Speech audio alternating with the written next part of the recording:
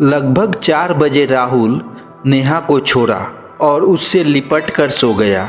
अगले दिन सुबह जब नेहा की आंख खुली तो उसे अपने शरीर में बेतहाशा दर्द महसूस हुआ। फिर भी नेहा धीरे से उठने की कोशिश की तो उसे ऐसा महसूस हुआ कि उसकी कमर पर किसी का हाथ है। उसने घूमकर देखा तो अपने बगल में एक लड़के को देखकर नेहा शॉक्ड रह गई। दोस्तों, इस कहानी में आप गोते लगा दें, इससे पहले वीडियो को लाइक कर दें और चैनल को सब्सक्राइब कर लें। चलिए आगे बढ़ते हैं। अब नेहा का ध्यान खुद पर गया तो उसने पाया कि उसके शरीर पर एक भी कपड़ा नहीं है और अपनी ऐसी हालत देखकर नेहा समझ गई कि रात में उसके साथ क्या हुआ है। इन सारी बातों को सोचकर नेहा की आंखों में आंसू आ गए। फिर भी अपने आप को संभालते हुए धीरे से बेड से उठी और कपड़े पहनने लगी। थकान इतनी थी कि चला भी नहीं जा रहा था। फिर भी खुद को संभालते हुए वहां से चली गई। लगभग 3 घंटे बाद राहुल की आंख खुली तो अपने बगल में नेहा को न पाकर उसे गुस्सा आया। वह इधर उधर देखा लेकिन नेहा वहां नहीं थी। वह बेड से उठकर कपड़े पहना और किसी को कॉल करने लगा। उसकी कॉल रिसीव होते ही राहुल बोला, कल रात मेरे रूम में एक लड़की थी, उसकी सारी डिटेल्स 1 घंटे के अंदर चाहिए। इतना बोलकर उसने कॉल कट कर दिया। राहुल की नज़र बेड पर पड़ी जहां खून के धब्बे लगे थे। वह करीब जाकर खून के धब्बों को देखा और बोला, तुम इतने करीब आकर मुझसे दूर नहीं जा सकती। बहुत गलती कर दी तुमने भागकर, तुम्हें पछताना पड़ेगा। वहीं दूसरी तरफ नेहा अपने घर पहुंची तो उसकी माँ बोली, नेहा तुम कहाँ थी रात भर? नेहा अपने आप को संभालते हुए बोली, मम्मा कल रात लेट हो गया था ना, तो मैं अपने फ्रेंड्स के घर चली गई थी। इतना बोलकर नेहा अपने रूम में चली गई। नेहा को इस तरह देखकर उसकी माँ बोली, पता नहीं इसे क्या हो गया है, इसके व्यवहार में कुछ बदलाव लग रहा है। फिर नेहा की माँ अपना ध्यान हटाते हुए अपने काम में लग जाती है। तब तक नेहा अपने रूम में जाकर अंदर से गेट लॉक कर ली और सीधा वॉशरूम में जाती है। शावर चालू करके उसके नीचे खड़े हो जाती है। उसके आंखों में आंसू बहने लगते हैं। वह अपने आप को संभालते हुए बोलती है, ओह गॉड, ये क्या हो गया, कैसे हो गया, मैं कैसे उस रूम तक पहुंची, क्या करूं मैं? लगभग 1.5 घंटे बाद नेहा वॉशरूम से बाहर आई और रोने की वजह से उसकी आंखें लाल हो गई थी।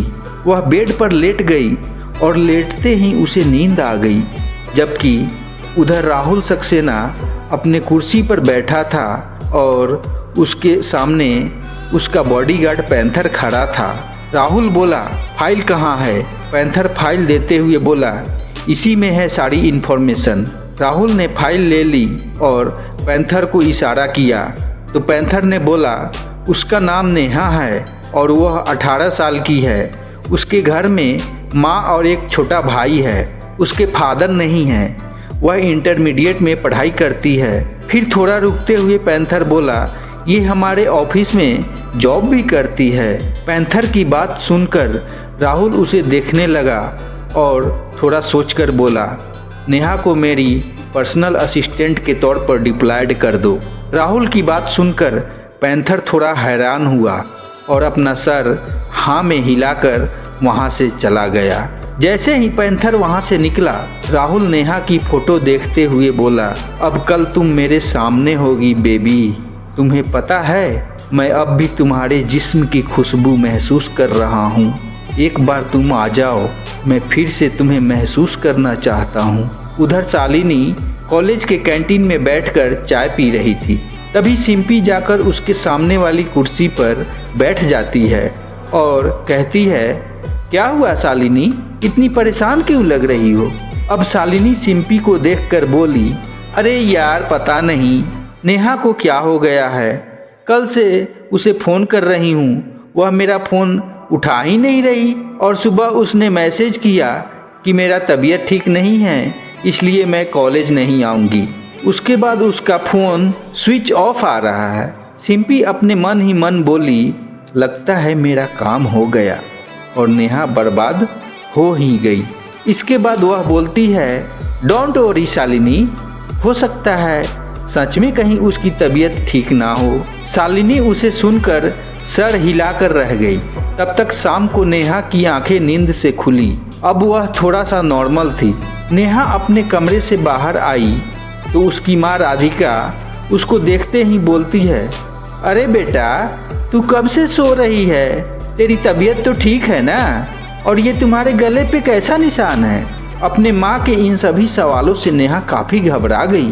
फिर भी अपने आप को संभालते हुए हल्की स्माइल करते हुए उसने कहा, हाँ मम्मा, सब ठीक है। कल वो पार्टी में थी ना, इसलिए थोड़ा सा हरासमेंट हो गया था। और ये निशान तो बाथरूम में स्लिप हो गई थी, उसी के हैं, इसलिए थोड़ी सी हल्की लग गई। इतना बोलकर नेहा अपने कमरे में आकर सोफे पर बैठ गई और चैन की सांस ली। इसी समय नेहा का भाई आयुष आया और उसके साथ बैठ गया। बैठते हुए बोला, क्या हुआ दीदी? नेहा अपने भाई आयुष को देखते हुए बोली, अरे कुछ नहीं मेरे भाई। फिर आयुष चिढ़ाते हुए बोला, ये सड़े हुए प्याज जैसी शक्ल क्यों बनाकर बैठी हो? अब नेहा उससे चिढ़कर बोली, तू कुछ ज़्यादा ही बोल रहा है ना? आयुष ठहाके लगाते हुए बोला, क्या आपको आज ही पता चला कि मैं ज़्यादा बोलता हूँ?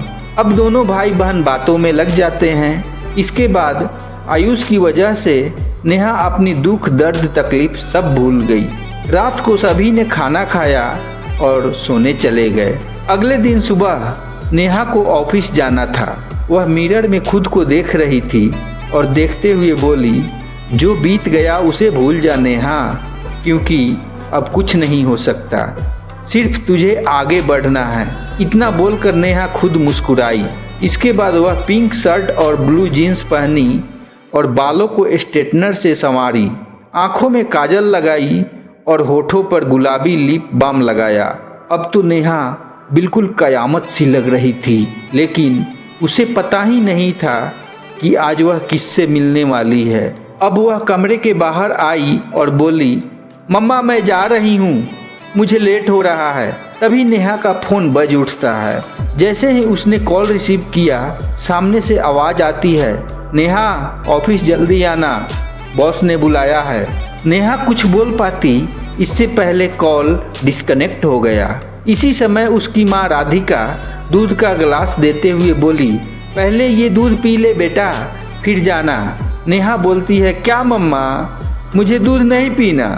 फिर भी राधिका उसे डांट कर दूध पिलाती है और नेहा दूध पीकर वहाँ से निकल जाती है। नेहा ऑफिस में पहुँचती है और केबिन में जाकर बोलती है, गुड मॉर्निंग सर। केबिन में बैठा शख्स बोलता है, गुड मॉर्निंग, और नेहा से कहता है, आज से तुम बॉस की पीए हो। नेहा ये सुनकर हैरान हो गई। वह बोली, लेकिन सर ये पोस्ट मुझे क्यों दी जा रही है? केबिन में बैठा शख्स बोला, ये तो मुझे भी नहीं पता, ऑर्डर आया है तो मानना ही पड़ेगा। अब तुम टॉप फ्लोर पे चली जाओ। नेहा अपना सर हाँ में हिलाते हुए बोली, ओके सर, और केबिन से बाहर निकल गई। इसके बाद वह सीधा टॉप फ्लोर पे चली गई। वहाँ जाकर बॉस के केबिन के सामने खड़ी हो गई और धीरे से दरवाज़ा खटखटाया। तभी अंदर से आवाज़ आई, कम इन। नेहा ये आवाज़ सुनकर थोड़ी सी सहम तो गई, फिर भी अपने आप को संभालते हुए अंदर गई। नेहा अपना सिर नीचे किए हुए बोली, सर मैं नेहा, आपकी नई पीए। और इतना बोलकर उसने अपना सिर उठाया तो सामने बैठे हुए शख्स को देखकर नेहा शॉक्ड हो गई, क्योंकि उसके सामने वही चेहरा था जिसके साथ उसने बीते दिनों रात बिताई थी। दोस्तों, आखिर राहुल का प्लान क्या है? क्यों बनाया उसने नेहा को अपना पीए? इसे जानने के लिए चैनल को सब्सक्राइब करें और वीडियो अच्छी लगी हो तो लाइक और शेयर जरूर करें।